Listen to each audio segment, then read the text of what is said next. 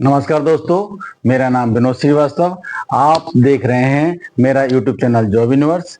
दोस्तों, यदि आप फूड कॉरपोरेशन ऑफ इंडिया में यानी एफसीआई में जॉब करना चाहते हैं या सिलेक्शन पाना चाहते हैं तो इस बार 2024 में पहली बार एफसीआई में इतनी बम्पर भर्ती निकलने वाली है और जिसकी आपको पूरी पहले से ही मैं विस्तृत पूरी जानकारी दूंगा, पूरा डिटेल बताऊंगा। और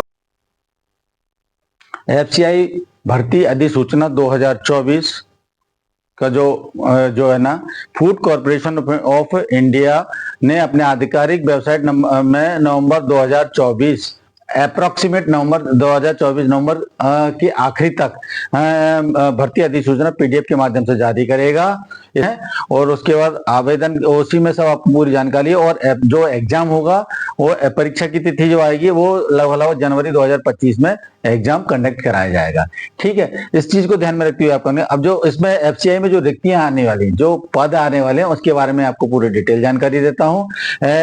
फूड कॉरपोरेशन ऑफ इंडिया मतलब एफसीआई में वर्ग 1, 2, 3 और 4 के तहत विभिन्न पदों के लिए लगभग 15,465, ध्यान दीजिए 15,465 रिक्तियां जारी करने की उम्मीद है ना। 8,453 है और ग्रेड 1 के लिए न्यूनतम 131 है। ठीक है, अब जो पोस्ट निकलने वाली हैं, फर्स्ट लेवल के जो निकलेंगे उसमें 131, सेकंड लेवल की जो नौकरी निकल रही है उसमें 649, थर्ड लेवल की जो नौकरी लगने 8,453 और फोर्थ लेवल की में 6,232 पोस्ट निकलने वाली हैं, जिसकी में इस तरह से कुल लगभग 15,465 पद निकलने वाले हैं, जिसकी नोटिफिकेशन नवंबर आखिरी तक आएगी और जिसकी पूरी डिटेल आप मेरे टेलीग्राम चैनल पर जैसे ही आती है उसी दिन आप मेरे टेलीग्राम चैनल पर देख सकते हैं। इस तरह 8,453 पोस्ट के लिए सहायक ग्रेड 3 भर्ती चेक करने के लिए इधर हो जाएगा। ठीक है, अब आवेदन कैसे करेंगे इसके बारे में आपको, आवेदन टोटल ऑनलाइन होगा, अधिसूचना के माध्यम से ही आपको बताया जाएगा कि कैसे होगा, लेकिन लगभग आवेदन ऑनलाइन ही होगी। उसी समय डेट की जानकारी आपको दी जाएगी। और इसमें जो भर्ती है इसमें आवेदन शुल्क कितना लगेगा, किसको कितना लगेगा, उसके बारे में भी आपको पूरा बता देता हूं, है ना। इसमें आप देखो, अनरिजर्व कैटेगरी यानी जनरल, ओबीसी और ईडब्ल्यूएस के लिए 800 रुपए की फीस है। इसमें एससी, एसटी, पीडब्ल्यूडी और महिला कैंडिडेट के लिए किसी भी तरह की कोई फीस लागू नहीं होगी। आप उसको ध्यान में रखिए। अब मैं बताता हूं कि जो पोस्टें निकल रही हैं उनमें किस ग्रेड की उसके लिए क्या आपको योग्यता लगेगी, तभी आप उसको फॉर्म भर सकते हैं। और इसमें जो पोस्ट है 10वीं, 12वीं, ग्रेजुएशन, बीटेक, बीएससी, ये अलग अलग इन स्नातक, इनके हिसाब से अलग अलग कैटेगरी के पद की पोस्ट निकलने वाली है। तो सबसे पहले मैं आपको डिटेल बताता हूं। देखिए, जो शैक्षणिक योग्यता है एफसीआई में, जो देखिए शैक्षणिक योग्यता है प्रबंधक सामान्य के लिए उम्मीदवार को न्यूनतम मान्यता प्राप्त विश्वविद्यालय से स्नातक की डिग्री या समकक्ष होना चाहिए, कम से और उसमें भी कम से कम मिनिमम 60% मार्क्स के साथ पूरी डिग्री कंप्लीट होनी चाहिए, या सीए, आईसीडब्ल्यूए या सीएस की डिग्री होनी चाहिए। दो चीजें हैं, आप इसको ध्यान से समझिए। प्रबंधक सामान्य में या तो आप किसी भी मान्यता प्राप्त विश्वविद्यालय से ग्रेजुएशन हो जो कि कम से कम 60% के साथ पास हुए हो, या सीए या आईसीडब्ल्यूए या चार्टर्ड अकाउंटेंट मतलब सीएस की योग्यता आपके पास हो। दूसरा पद है प्रबंधक मैनेजर, डिपो मैनेजर, उसके लिए भी ग्रेजुएशन उसके लिए भी आपको ग्रेजुएशन चाहिए, वो भी 60% के साथ। और इसमें सीए या आईसीडब्ल्यूए या सीएस इनके लिए भी ये योग्यता होनी चाहिए। इसी तरह मैनेजर, आंदोलन मैनेजर के लिए इसमें भी ग्रेजुएशन कंप्लीट होना चाहिए 60% मार्क के साथ, या सीए या सीएस या आईसीडब्ल्यूए डिग्री कैंडिडेट के पास होनी चाहिए।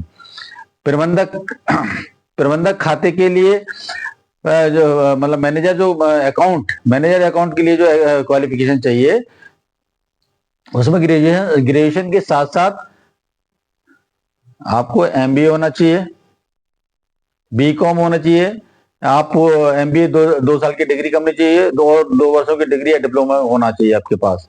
ठीक है, इसी के साथ आप ये आपको है ना मैनेजर, अब मैनेजर टेक्निकल के लिए आपको बीएस किसी भी मान्यता प्राप्त विश्वविद्यालय से कृषि क्षेत्र में यानी कि एग्रीकल्चर में बीएससी पास होना चाहिए, या किसी भी मान्यता प्राप्त विश्वविद्यालय से खाद्य विज्ञान में बीटेक की डिग्री या बीई की डिग्री होनी चाहिए। समझ, आप ध्यान से इसको ध्यान से समझिएगा। जो प्रबंधक तकनीकी टेक्निकल क्षेत्र वाले के पोस्ट निकली हैं उसमें बीएससी एक मतलब एग्रीकल्चर से बीएससी पास होना चाहिए, या किसी संस्थान से खाद्य विज्ञान में बीटेक या बीई की डिग्री होनी चाहिए। वैसे आप मैनेजर सिविल इंजीनियर के लिए, इसमें सिविल इंजीनियरिंग की डिग्री प्राप्त होनी चाहिए किसी भी मान्यता प्राप्त संस्थान से। और प्रबंधक इलेक्ट्रिकल मैकेनिकल इंजीनियर के लिए इसमें भी इलेक्ट्रिकल इंजीनियरिंग या मैकेनिकल इंजीनियरिंग की डिग्री आपको तो आपकी डिग्री कंप्लीट होनी चाहिए। अब इसी तरह मैनेजर हिंदी की पोस्ट के लिए किसी भी मान्यता प्राप्त विश्वविद्यालय से मास्टर डिग्री मतलब कि एमए मास्टर डिग्री की जिसमें कि एक विषय इंग्लिश के रूप में के साथ साथ एक हिंदी का विषय भी तो लिया हो, या हिंदी में शब्दावली कार्य करने का 5 साल का अनुभव हो। ठीक है, अब ये जो पोस्ट है इन सब के लिए आयु क्या होनी चाहिए? तो अब मैं आयु के बारे में डिटेल बताता हूं। तो प्रबंधक वर्ग के लिए जो आयु, प्रबंधक यानी मैनेजर के लिए जो आयु है, जो मिनिमम 18 वर्ष है और अधिकतम 28 साल है। एज का ध्यान रखिएगा, इसमें मैक्सिमम एज 28 साल की मांगी गई है मैनेजर के लिए। चाहे सिविल इंजीनियर हो, चाहे इलेक्ट्रिकल मैकेनिकल इंजीनियर हो, चाहे टेक्निकल हो, चाहे मैनेजमेंट का हो, सब 28 साल का। और प्रबंधक मतलब मैनेजर हिंदी के लिए, सिर्फ प्रबंधक हिंदी के लिए इसमें मैक्सिमम मिनिमम उम्र 18 साल और अधिकतम 35 साल। ठीक, अब जो रिलैक्सेशन है, सरकारी रिलैक्सेशन सरकार के आदेशानुसार जो नियमानुसार जो है वो ओबीसी के लिए 3 साल की छूट मिलेगी इस आयु सीमा में, एससी एसटी के लिए 5 साल के लिए, और जो ऑलरेडी डिपार्टमेंटल एम्प्लॉय हैं, जो वर्तमान में काम कर रहे हैं और वो ऊपर की पोस्ट के लिए अप्लाई करते हैं, मतलब विभागीय कर्मचारी के लिए, उनके लिए 50 साल की उम्र तक वो अप्लाई कर सकते हैं। पीडब्ल्यूडी में जनरल में 10 साल का, पीडब्ल्यूडी ओबीसी में 13 साल का, और पीडब्ल्यूडी एससी एसटी है तो 15 साल का उन्हें आयु सीमा में छूट है।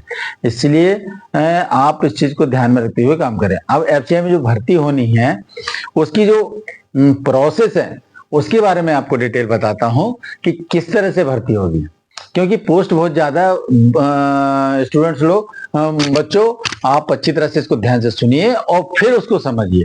आप जो है ना, जो मैनेजर के लिए जो मैनेजर में जो विभिन्न सामान्य डिपो, आंदोलन, लेखा, तकनीकी, civil engineer, electrical engineer, mechanical engineer की जो मैनेजर की जो पोस्ट है उसमें जो चयन होगा, सबसे पहले ऑनलाइन एक एग्जाम होगा, कंप्यूटर आधारित एक पेपर होगा, और उसमें उस मेरिट के आधार पर उसमें जो सिलेक्ट होंगे उनका फिर इंटरव्यू होगा, और इंटरव्यू के बाद फिर आपका प्रशिक्षण होगा। ठीक है, और प्रबंधक हिंदी के लिए ऑनलाइन कंप्यूटर आधारित परीक्षा और साक्षात्कार होगा।